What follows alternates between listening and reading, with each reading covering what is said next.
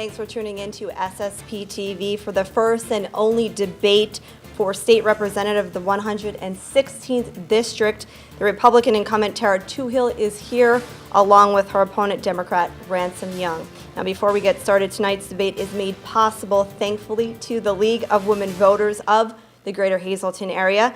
And for the next hour, you will hear questions from News 13's Kathy Baczynski, and from our media partner, the Standard Speaker, Mark Catcher, joins us tonight. Our moderator is Anita Reber, who is an executive committee member for the League of Women Voters. And remember, folks, this is not a call-in debate. Questions will be asked from our media members only tonight, and the candidates have not heard any of the questions prior to the broadcast. So again, thank you, Anita, for joining us tonight, and I will turn it over to you. Thank you, Janine. Before we went on the air tonight, a coin toss has established that Representative Tarah Toohil will be first in line to give her opening and closing statement, followed by Ransom Young. The League is providing this debate through a generous grant from PPL Electric Services in an effort to promote voter information in the upcoming election. The candidates have agreed that no unauthorized video will be allowed, and this debate must not be edited or must be broadcast in its entirety, either live or reasonably soon after this takes place this evening. The League wants to ensure that the information is not manipulated to create false or misleading impressions. No candidate is allowed to use or edit the footage for their campaign purposes. So the debate format tonight will be Representative Toohil will give an opening statement for 2 minutes, followed by Ransom Young. And then our first question will come from Kathy Baczynski. Candidate A will have 90 seconds to respond, followed by candidate B, and then a 30-second rebuttal. Again, the League would like to thank PPL Electric Services for their continued support of the League of Women Voters of Greater Hazleton. So we'd like to start with Representative Toohil. Your opening statement, please. Thank you very much. It's an honor to be here this evening. Thank you to the League of Women Voters for hosting this event, as well as Channel 13 for having this forum. It's been a great pleasure to serve this community over the past 22 months, and it is something that is an indescribable honor for me. We have been able to accomplish so much in such a short time period. And truly, every day that you are in the office of state representative, you give it everything you have. And I have taken this job so seriously. When I originally came into office, there were so many questions on why couldn't we have better government? Why couldn't we have better jobs in the Hazleton area? Where were we going with education for our children? Why couldn't we close the Minsec facility? And every day, working for the constituents in the 116th, I have been able to tackle those tough issues. When I came into office, obviously nationally, we were at a time of economic crisis, and we're in one of the greatest depressions in United States history. And Pennsylvania, for so long, was going in the wrong direction. We had endless taxing, reckless spending, reckless borrowing going on, and all of that is something that people would have to pay for, or our children are eventually going to have to pay for. And I'm very proud to be a part of 2 on-time budgets in nearly a decade. I'm very proud to have been able to start the closure of the Minsec facility in Hazleton, and I'm very proud to continue working for you. Thank you. Mr. Young? I want to thank the League of Women Voters for giving the opportunity to being here tonight. I've lived in this district my entire life. I know the issues that face this area. One of the main concerns on everyone's mind is the unemployment. Despite promises made during the last campaign, unemployment has risen, and right now this area is higher than the national average. We also have a major problem with the budget cuts in our education system. I believe that the current administration has made a major mistake in not taxing the Marcellus Shale efficiently. If they would have put a proper excise tax on the Marcellus Shale, we would have had enough money to both cover the educational cuts and also our cuts to our veterans and our social services. I have been a township supervisor for 28 years. I've made 28 balanced budgets. I know how to make budgets work. I will continue to work for the people in this area, and I promise that I will do my best, and I will do an honest and integral job in Harrisburg. Thank you. And now we'll go to our questions from Kathy Baczynski. We'll ask the first question from Representative Toohil. Good evening to Kathy. both of you, Representative Toohil, Mr. Young. Thank you for joining us tonight.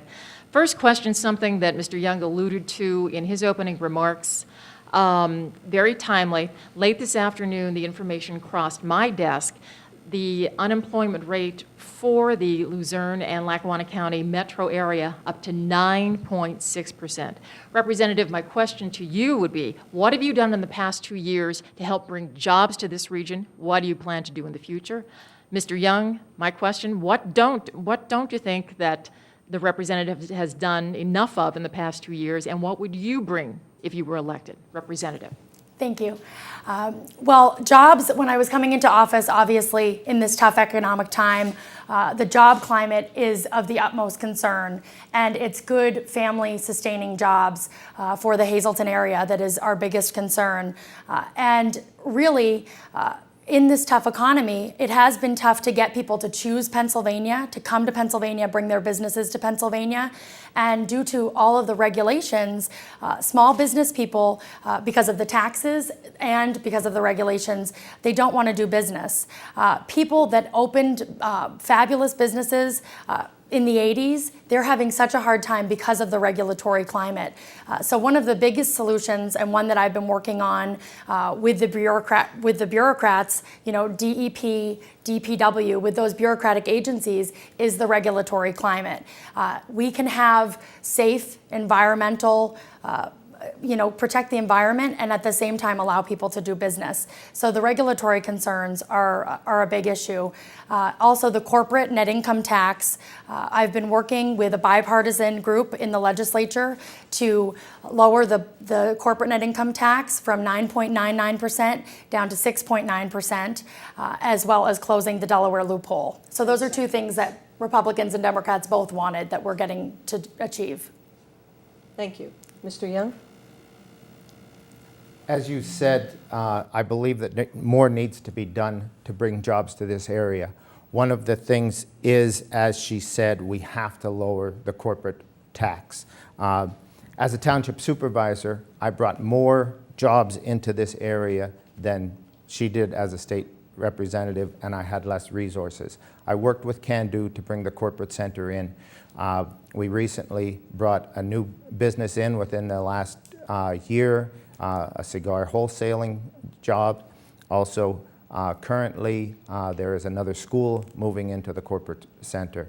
I've worked with these people. I know how to work both sides of the aisle. The other thing that I have a very big problem with, the representative gave more than $1.6 billion of tax incentives for Shell in Western Pennsylvania, while Genova closed. This is, I believe we need to worry about the 116th district, not the Western Pennsylvania. People around here need family sustainable jobs. We have too many people working 12 and 14 hours a day, and their children are being left with someone else to watch them. It's our responsibility to bring these good jobs to this area so that people can have a good family life and maintain their families, and this will also help us with our education. Thank you.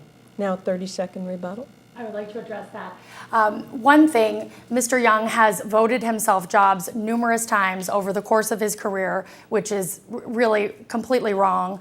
The Shell money that is going to tax credits out in Western Pennsylvania is actually, if in fact they do bring Pennsylvania jobs, and it's Pennsylvania products, Pennsylvania jobs, and they're only credits that are out there in case they do come to Pennsylvania and bring those jobs. With regard to the cigar company, I'm sure when they see this debate, they will find it laughable that Mr. Young thinks that he brought those jobs here. Thank you. I can go into that a little bit Okay. in Thank greater you. detail. Thank you. The next question from Mark Catcher will go to Mr. Young first. Thank you. League of Women Voters and Channel 13, Representative Toohil and Mr. Young. First question for you is related to Minsec, and I know we spoke about that a little bit in the opening statements.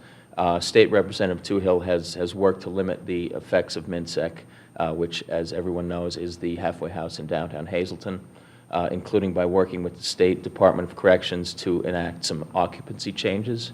Do you believe that those changes have been enough, and if not, what would you do to put further restrictions on Minsec? No, I don't believe that they are sufficient. The first thing I would do is contact the Department of Corrections and stop the referrals. I believe that that's the most important thing we can do. The other thing is that it is state funded. So rather than continue the funding when the budget is proposed, do not vote on a budget that includes Minsec. I believe that there's been a lot of problems with Minsec in prior administrations, because I don't believe that it has been, we had public hearings. So from the onset, I believe that Minsec has been a problem, but I believe that it could be closed with the contacting of the Department of Corrections so that there can be no more referrals, and also stopping the funding by just voting no on the budget. Okay, thank you very much. Representative Toohil, you now have 90 seconds. Thank you. Minsec has been one of the greatest problems that I have encountered coming into office. And when I did come into office, people told us, listen, just forget about it, accept it, it's here to stay. But every day in office, so frequently, at least once a week, there was an incident, there was a robbery, there was a crime that had occurred, there was someone that was getting hurt, there was an escape from that Minsec facility. And every single time that occurred, I called directly John Wetzel. He's the Department of Corrections Secretary. I called the governor's office. I called them, in fact, so much that I think they would have liked to block my telephone number, because I called so frequently about this problem. So we were told, you can't do anything about it. We were told, she's a lawyer, she should know better. You can't cancel a private contract. Well, I believe in fighting for this community. I will continue to do so. We've had a huge win because we've been able to close 2 parts of their program, 2 very large state-funded monies that go to them through contracts we've been able to close. So 2/3 of that program is now currently gone, and it is something that I'm committed to continue to fight for. I believe in this community, I believe in our police, and I believe in making it a safer place for our children. And I believe that we're going to accomplish that eventually, and I won't tire of that. Thank you. Mr. Young, your rebuttal. Here again, I just have to say again, the first thing that you do is contact the Department of Corrections and stop the referrals. That's how you stop the people from being there. Second, it's state funded. You vote no on the budget, and then there's no money for Minsec. All right, thank you. Our next question, Mark? For State Representative Yes. Toohil, I believe? Yes. Yes, okay. Last week, following the release of some personal photos from years ago and news of a trip to Israel with a fellow lawmaker, you canceled several planned appearances. Can you explain to your constituents as to what had happened at that time last week? Well, planned appearances, I didn't cancel any planned appearances that I know of. What I can say about this campaign, and I think the people out there that are viewing know this, is that in the state of Pennsylvania right now, the campaign that is being run against me by this man is one of the dirtiest, lowest campaigns in history. It really has reached an all-time low. People are disgustingly sick of it. And I would like to say for the viewers out there that in the springtime, this man walked up to me and asked me that we would promise one another and shake hands that there would be no mudslinging and that this would not be a dirty campaign. And only one of the people here has broken that promise. I think it's unfortunate, When you go to Harrisburg, you have to work in a bipartisan manner. You have to work with other people. You have to work with people that you don't agree with. You have to represent Republicans, Democrats, independents, all the people. And it's something that you have to do. You have to be respectful to people. And really, the worst part about all of this with him is that the very photographs that you were referring to, he said that he had nothing to do with both times, and now they're being used in an ad against me again. So it's disgusting, and it's unfortunate. Mr. Young? As I've stated all along, it's very unfortunate that this YouTube video came out. I had absolutely nothing to do with it. Anything that is in an ad that I put together were pictures that were already in the newspaper. They've been on the television. They've been on in all newspapers. The ad that is now currently on the television by the HDCC, I have no control. As I said from the very beginning, it is not what was on the YouTube. It is not that she took a trip. It is that she said that she used campaign monies to go on the trip, and she also used state monies to make an explanatory video. You cannot use state monies to make a political video. This is corruption. Also, you cannot use campaign money to do anything but influence an election. You cannot go on a personal trip using campaign monies. And these were words out of her mouth that were printed in the Standard Speaker. Representative Toohil, 30-second rebuttal, please. Once again, it's unfortunate that Mr. Young, he has no understanding of the campaign finance law or anything that he's talking about. It's quite unfortunate. He has attacked my parents personally. I have been attacked. And now in the current ad that he's using, which he does have control over because the House Democratic Campaign Committee can't just do whatever they want, he's saying that I have cut education, which is inflammatory, and it's the biggest whopper of them all. And we'll get into that at some point this evening, I believe. Thank you. Next question, Kathy Baczynski, and that will go to Mr. Young. Can I follow up to Representative Toohil? It's going to screw everything up. We've got to make sure that everyone gets equal time, and it's just, I think, no. Thank you. Okay, then Mr. Young, I'll ask you this.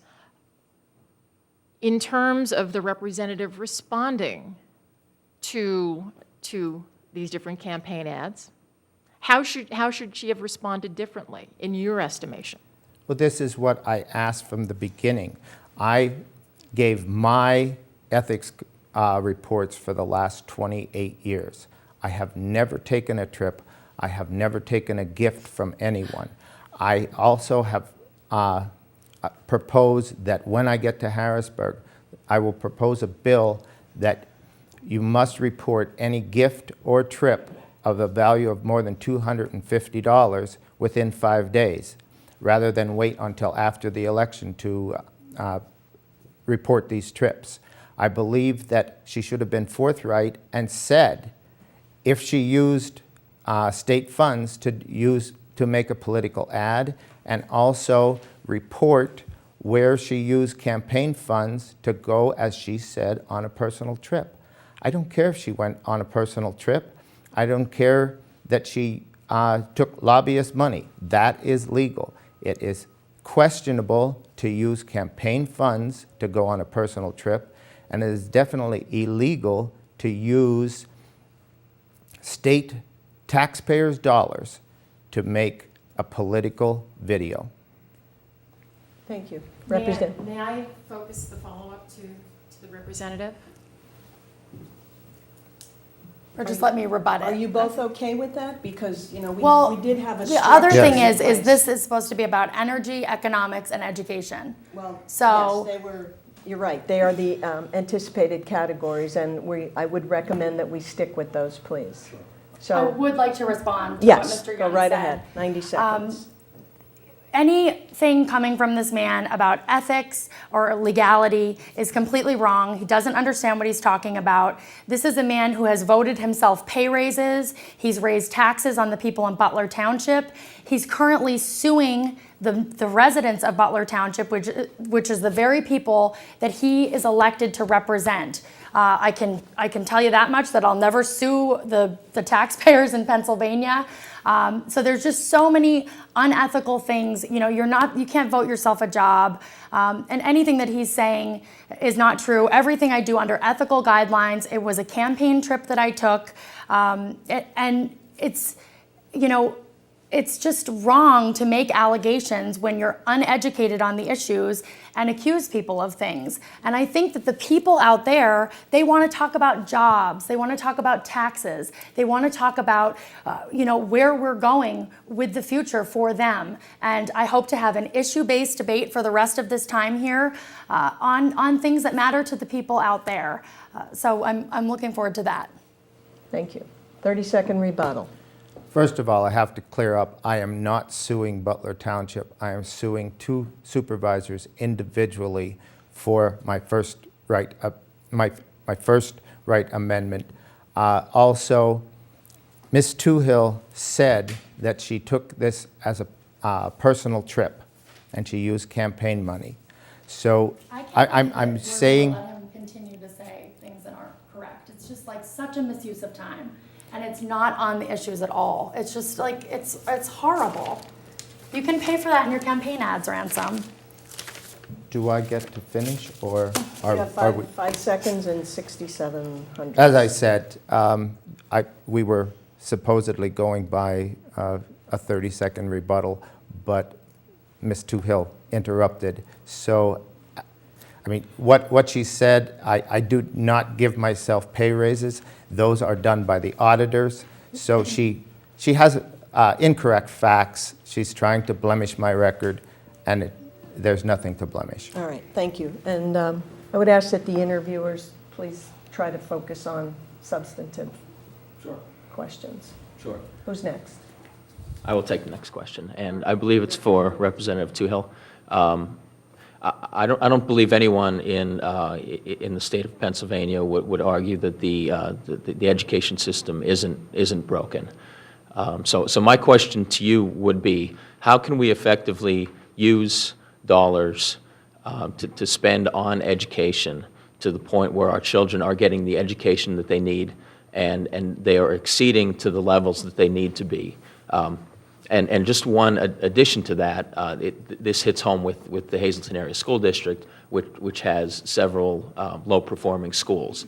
So this is of great importance to the people locally. So I would ask you how you would spend education dollars.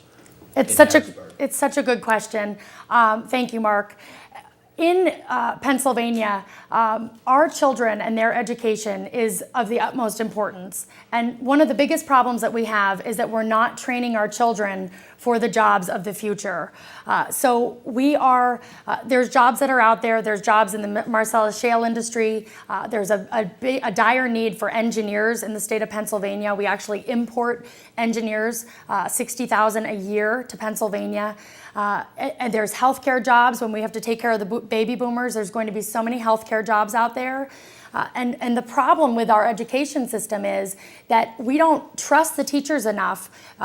We're not trusting them the way we should. They have a 4-year degree. They know how to teach. They should be able to be creative. They should be able to do the things that they were taught when they earned that degree. So if we could stop constantly teaching a test over and over again, over-testing our children, then we would be able to teach our children soft skills and let our children get certificates and go in directions that interest them. So really, we do have to look at the way that we're teaching our children and change that and stop teaching the test. Thank you. Mr. Young? Unfortunately, there's been over $19 million worth of cuts to Luzerne County schools. In the Hazleton Area School District, the kindergarten class now has an 80-minute lunch hour. There's no gym, there's no art, there's no music. This is where we teach these young people to like school. We have great teachers and an excellent support staff. We have to have proper funding. Funding for education has been flat funded. It is at the same funding level as 2008. We cannot do that. Ms. Toohil said right in this studio that tests were higher when there were higher funding. Now she's saying that the funding is at the highest level. You can't have it both ways.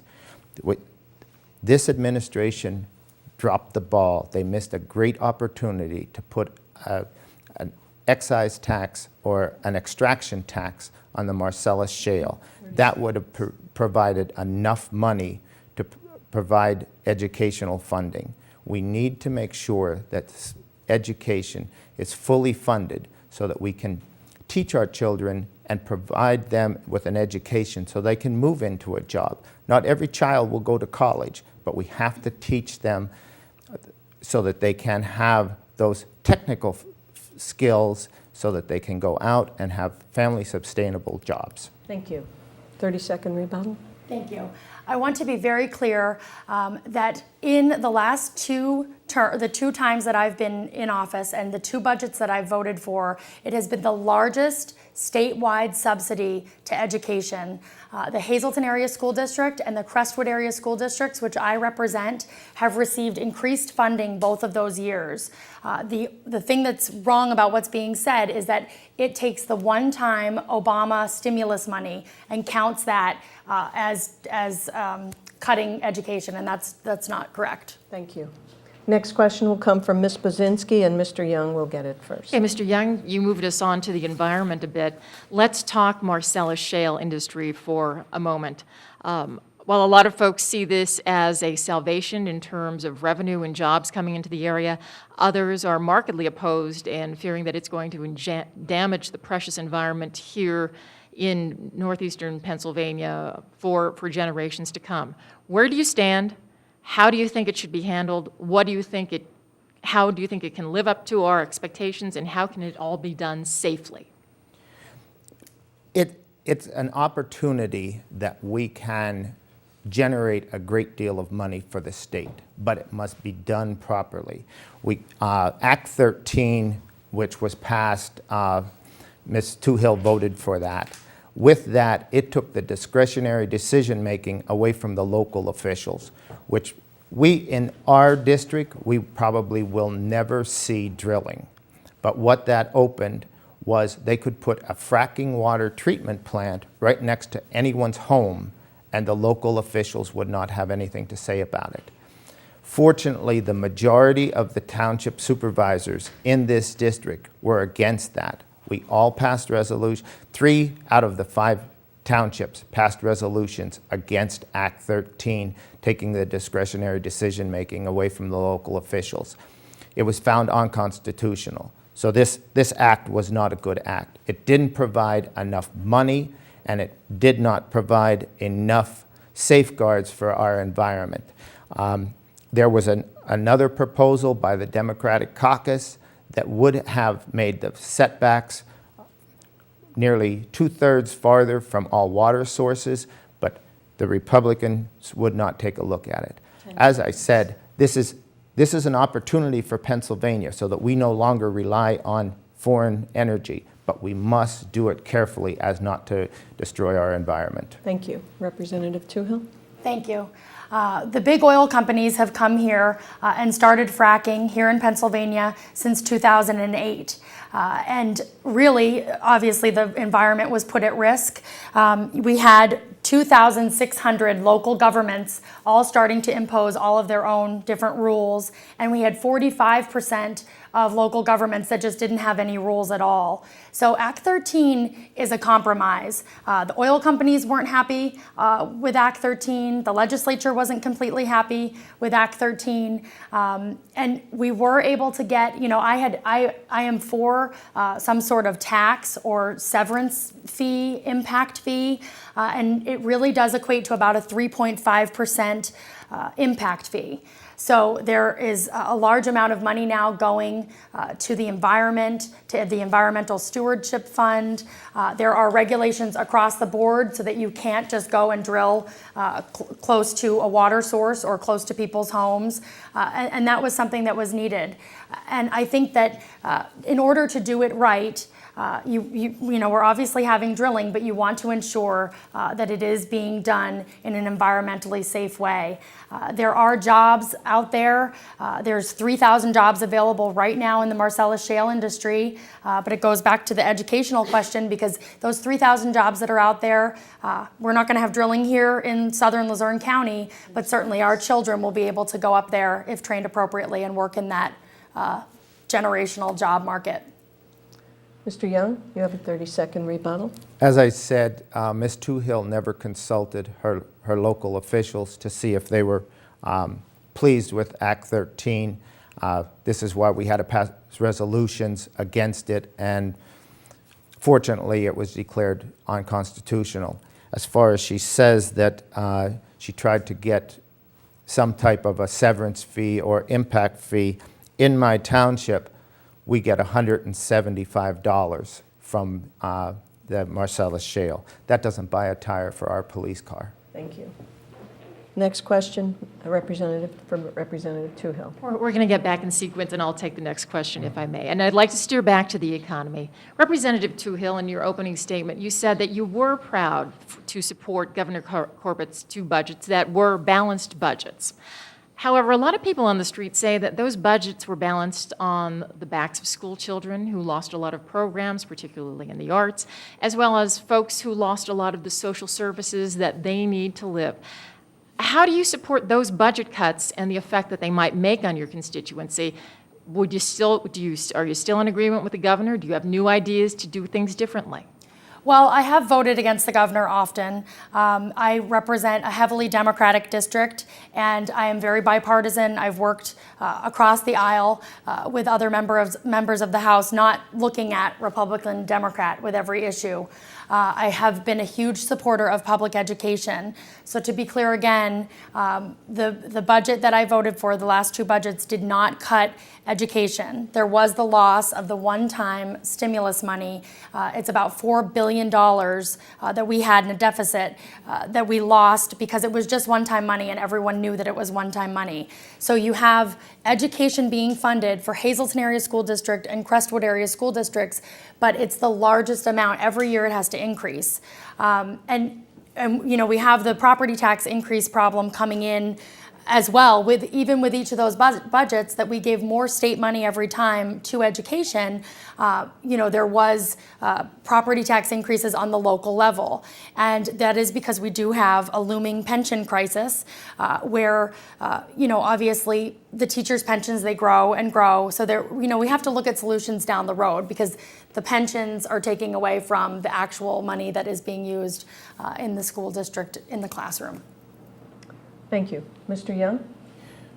As she said that she voted for these last 2 budgets, which made almost $4.5 million cut to the Hazleton Area School District in education. Along with those budgets cuts, there was a $7.4 million cut to veterans' benefits for their nursing home care. There was also a cut of a cash grant program where someone who was waiting to go either on disability or through domestic violence was getting $205 a month. In her own words, she said, these are the most vulnerable citizens in our society, and she cut the $205. But with these budgets, she also voted for a cost of living increase that attributes almost $6,000 worth of pay increase and benefit increase. When people are hurting, the last thing you do is give yourself a raise. I would propose that if we would make a budget, and this is what I'm saying I'm going to do when I get to Harrisburg, I'm not taking the raise. I already pay my own health insurance. I will not take health insurance on the back of the taxpayers. I believe we should cut the salaries of the state legislator. When people are out of work, we are now reached 9.9% unemployment, and the legislators give themselves a $6,000 raise. there's something wrong. I believe you lead by example, and the example would be to take a cut. Thank you. 30-second rebuttal. Thank you. Well, first off, with the veterans funding, there was an $11 million amount of money that was allocated to the veterans' homes. So that was misinformed, that information on the veterans. Also, with regard to the cash assistance, in my district, welfare fraud and abuse on the access cards, the plastic cards that people use, has been a huge problem. So we're still allowing for, while you can't get the cash assistance, you can still get free housing, free food stamps, free cell phone, and a lot of other help. So you want to help the most needy. Thank you. The next question will go to Mr. Young first. Okay. Just following up on that, there has been a big problem with cuts to social service agencies, and I know we touched on that a little bit, but the cuts were so severe in the budget that some of these agencies were on the brink of shutting down programs or shutting down entirely. So I would ask you, what would be the solution? What would be your solution or proposal to help these agencies survive so that they can serve the residents that depend on them? One of the cuts that is looming right now is a $700,000 cut to the URS. That is twofold. Not only do the people who get the assistance, the clients that are there, they earn a job, but also the counselors that work with URS would lose their jobs. There's a system in Pennsylvania where large box stores get nearly $70 million a year just for paying their sales tax on time. No one else gets that type of a benefit for just paying their taxes on time. If we eliminated that, would be just one thing, would put $70 million back into our budget. We could put this into social services. We could put this back into the cash grant program. We could put it back into the $7.4 million that you cut from the veterans' nursing home care. Veterans are our most important people. This is why we are here tonight, because veterans put their lives. And then to cut that and give big box stores $70 million a year just to pay their taxes on time seems ludicrous. This is why we must take a look at every avenue out there to make sure that these social services such as URS, that they're never cut. Thank you. 30-second. I'm sorry. I get the you whole have time, 90 right? seconds. Yeah. Okay. Well, one of the biggest issues, obviously, as I said, is welfare fraud in our community. So you want to make sure that the people that are getting help, that it's not a handout, that it's a hand up, that it's a safety net, that we're taking care of our children who are in need, and making sure that it's bread and eggs, milk. When you give out a cash grant, you can't account for what money is being used for. So we're trying to restore integrity and fairness and accountability into the welfare system. And with regard to DPW cuts, I'm against the cuts that they've made again for the intellectually disabled. I've been fighting against those cuts. With the URS cut that's coming up, the problem has been, Mark, that with a lot of these nonprofits, $700,000 that they're getting, they will spend $185,000 on their own salaries. The president will pay themselves an exorbitant amount. So, the money has to be going to the needy, and someone is paying for all of this. Money is not growing on trees. The taxpayers are paying for this. So we have our seniors, they're losing their homes with property taxes, and they're not getting handouts. They're not getting free food. Free food and free money. So really, good government, we've had to make tough cuts, but those that are truly needy, we're making sure are still being serviced. Thank you. 30-second rebuttal, Mr. Young. As far as welfare fraud, I believe the state needs to own up to some of that too. They have to make sure that these people who are getting welfare are legitimate, that they deserve it. They can't just get these access cards without the government issuing them. But to go back to URS, to say that these presidents are giving themselves great raises and then we're going to close the URS. This is something that, here again, the government needs to step in and do some oversight rather than close. All right, thank you. Next question will go to Representative Toohil. Anita, I just want to explain that we're doing this just so that each of us can ask a question of each candidate. If we had gone back and forth, we'd be asking the same candidate the same question. And that's So- fine, as long as each candidate gets their 90 seconds to Right. respond and then the appropriate rebuttal. Right. So that's right. fine. Okay. Was I supposed to have a rebuttal to that? No, No. we're on track. Okay. We're on track. We're So good. my question is for State Rep Toohil? Yes. Okay.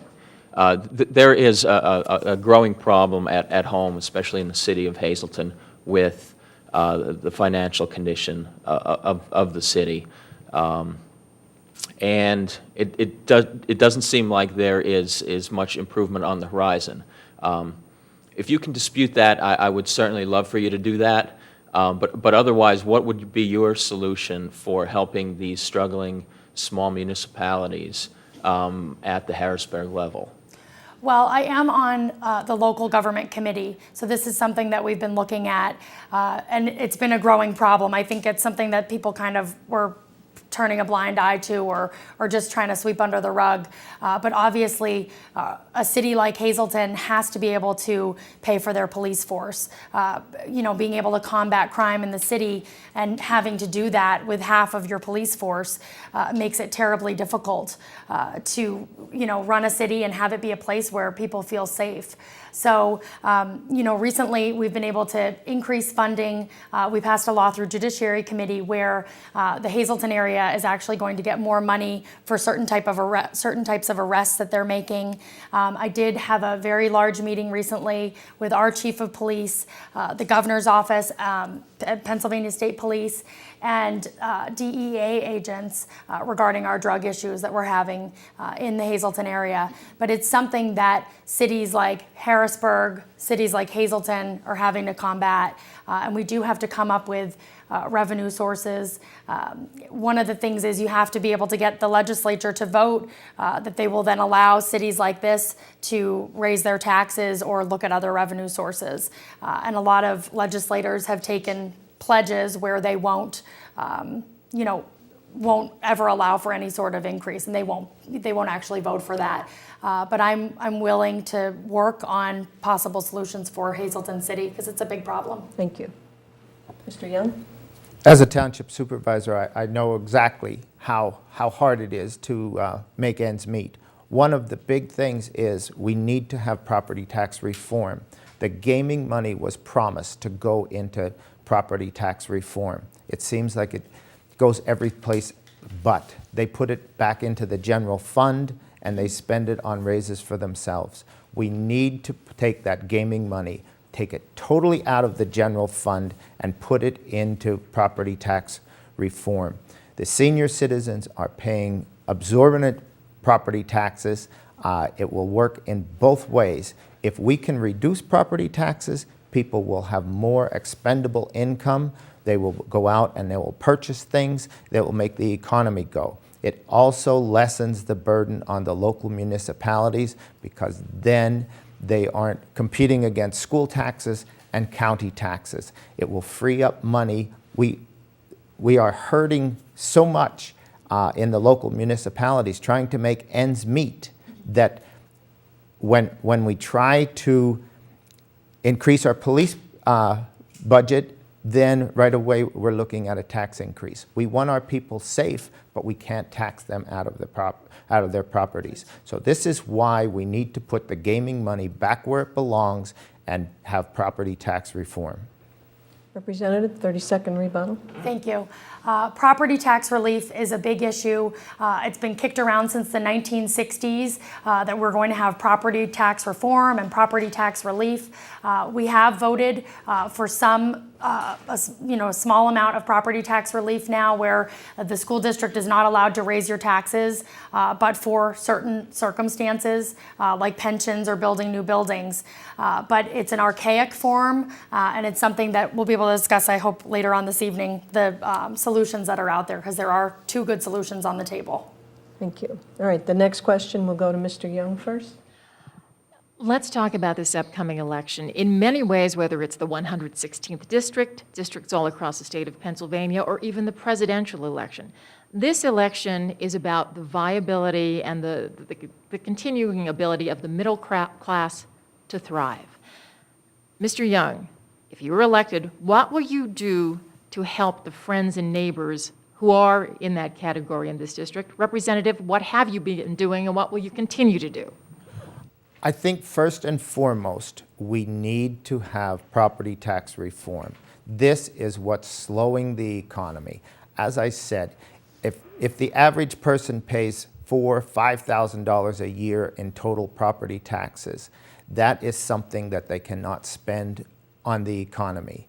If we would put gaming money where it belongs and eliminate or lessen property tax, that would give the people that much more money to spend on replacing that 15-year-old refrigerator, putting a new roof on, or going on a vacation. These are things that would increase the economy, because when you put your new roof on, the carpenter is going to hire a new person to help him. When you buy a new refrigerator, the person that you buy the refrigerator from is going to hire someone. Manufacturing is going to increase. I believe that property, if we put the gaming money exactly where it belongs and either greatly reduce or eliminate property tax, that will help both the middle and the lower income people, and it will increase our economy and put it back where it belongs and get us back on a good start. The people who need to save $100 and $200 a month just to pay their property tax, they're not buying anything. Thank you. All right. Representative Toohil? Thank you. The property tax system is very complicated, and people have wanted to have property tax reform, but the property tax problem that we have, which is very archaic because that's how we fund our public school system, which is very unfair to seniors who are losing their homes and don't have kids or maybe never had kids in the school system, that system has to change. But that funding, you have to find an $8 to $10 billion revenue source. And the gaming funds, we were misled by the prior administration because they said that we would be able to have property tax relief. But there was only $1 billion in revenue that came out of that gaming money. So $1 billion is only 1/8 of relief. If you're saying if you're going to lowball it and say it's an $8 billion revenue source you need to find. So people are only 1/8 relieved. And it's not enough relief. And people are losing their homes. It's the American dream. They're not able to go out and spend monies. We have two very viable solutions on the table, House Bill 2030 and House Bill 1776. But there's going to have to be a lot of research that goes into that, because if you're going to increase sales tax, which many people in this district are for, then you're going to have to make sure that it's not too costly to buy a head of lettuce, and that people are going to suffer from that as well.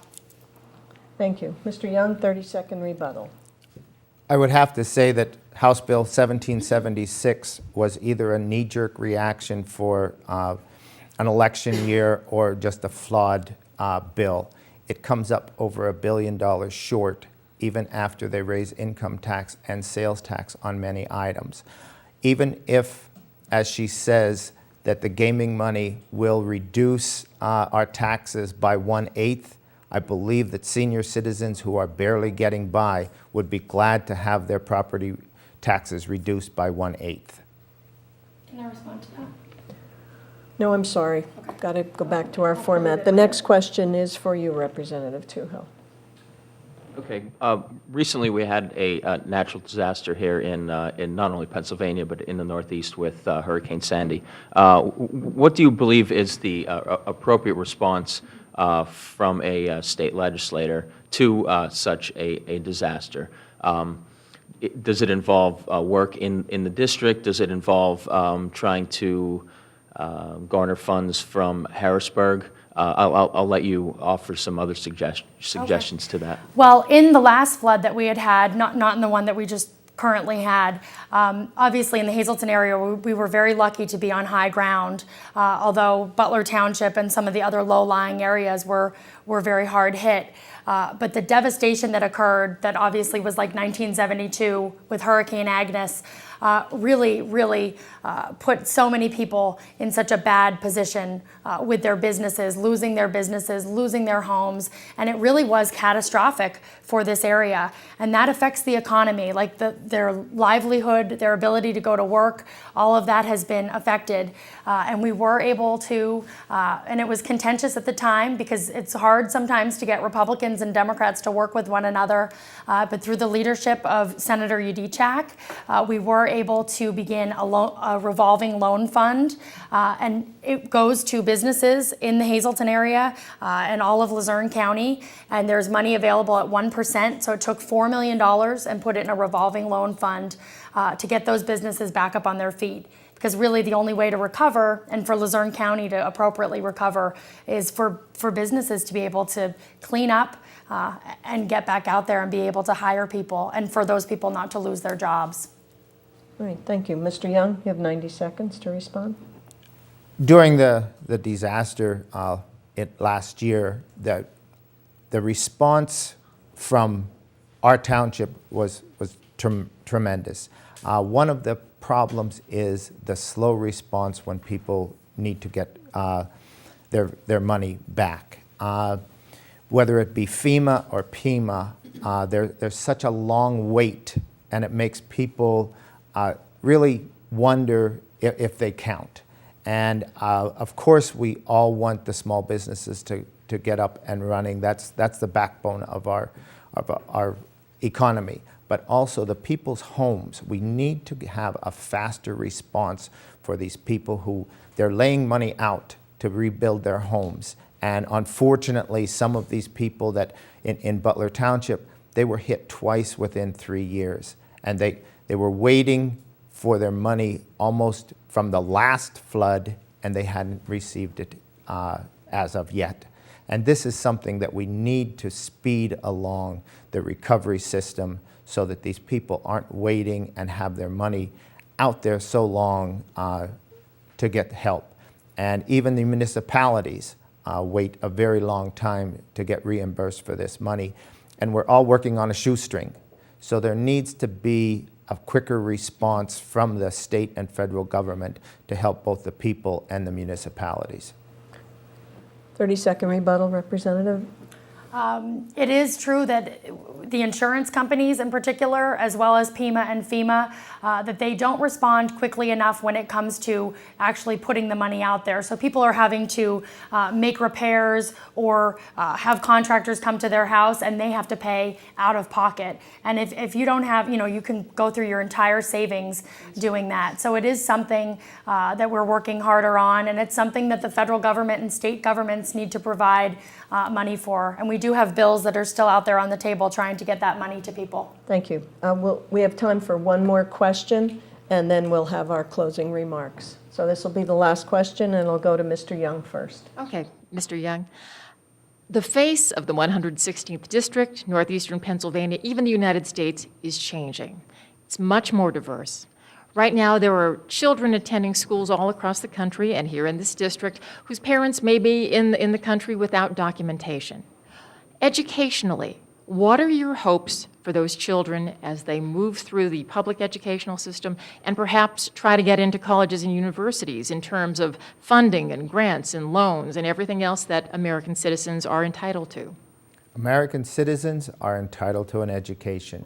And I believe that that's what when you said American citizens are entitled to a good education. And I believe we need to work with these people, no matter what ethnic they come from, who they are. We have to make sure that their children are educated. We have to provide them with jobs. We have to provide them with whatever type of help we need to make them a positive part of the community. We cannot separate our community. If we do not blend, we are the losers. 50 years ago, 60 years ago, it was nothing to walk down a street and hear Italian coming out of a house, or someone speaking Polish. So it's really no different today. We must assimilate and we will grow. If you walk down Broad Street, walk down Wyoming Street, walk down Alter Street, there's all these small shops where they're hiring 1, 2, 3 people. These are jobs where they may not be the jobs of 500 and 600 people in a plant, but they're providing jobs, they're providing income. It may not be what everybody wants to see, but this is what was happening in our area inside the whole United States. So I believe we must assimilate and we must work together and we will be a better community. Thank you. Representative Toohil, Thank 90 you. seconds. We have really, obviously we're in America here, we're from a melting pot and we're very diverse. In the Hazleton area, we have Polish, Irish, Slovakian. Now we have many people from the Dominican primarily, Mexican, Puerto Rican descent. And so we've always been a melting pot, but we had a time period where we did not have, we didn't have a melting pot because people had assimilated, like our parents' generation, they had assimilated. So we had an influx of immigrants and they're welcomed here. They've assimilated to our communities. Their children are doing very well in the school system. A couple of years ago, it was a lot harder because of English as a second language. But now, when I go into schools and the children that I talk to, they're assimilating so well and they're among our best and our brightest. So I think that Hazleton, it just took some time and it takes some understanding, but our community is working very well together. And I'm very proud that in my office I've had the first ever Hispanic outreach program, and I go often, and partake of different ethnic foods because I think it's more about understanding that we're all people and understanding, they're all the children of the Hazleton area and we all want everyone to have a bright future. So I think our community has been doing very well. Thank you. 30-second rebuttal, Mr. Young. I would once again say that we must assimilate or this area is going to lose. We have the opportunity to work with everyone and we can grow. We can learn from them, they can learn from us. We are all one community. And if we work together, we can only grow. Broad Street and Wyoming Street, this was dying. We have brought it back to life. Thank you very much. All right, at this time, we'd like to give our candidates the opportunity to make their closing statements. Representative Toohil, you have 2 minutes to make your closing statement. Thank you so much. Thank you for this forum this evening. I'm glad that we were able to put this debate together and talk about the issues. I have been very proud. I can't tell the people out there enough, the viewers, the constituents in the 116th Legislative District. I can't tell you enough what an honor it is to be able to go down to Harrisburg and serve this community and to be your voice. It's something that I take very much to heart.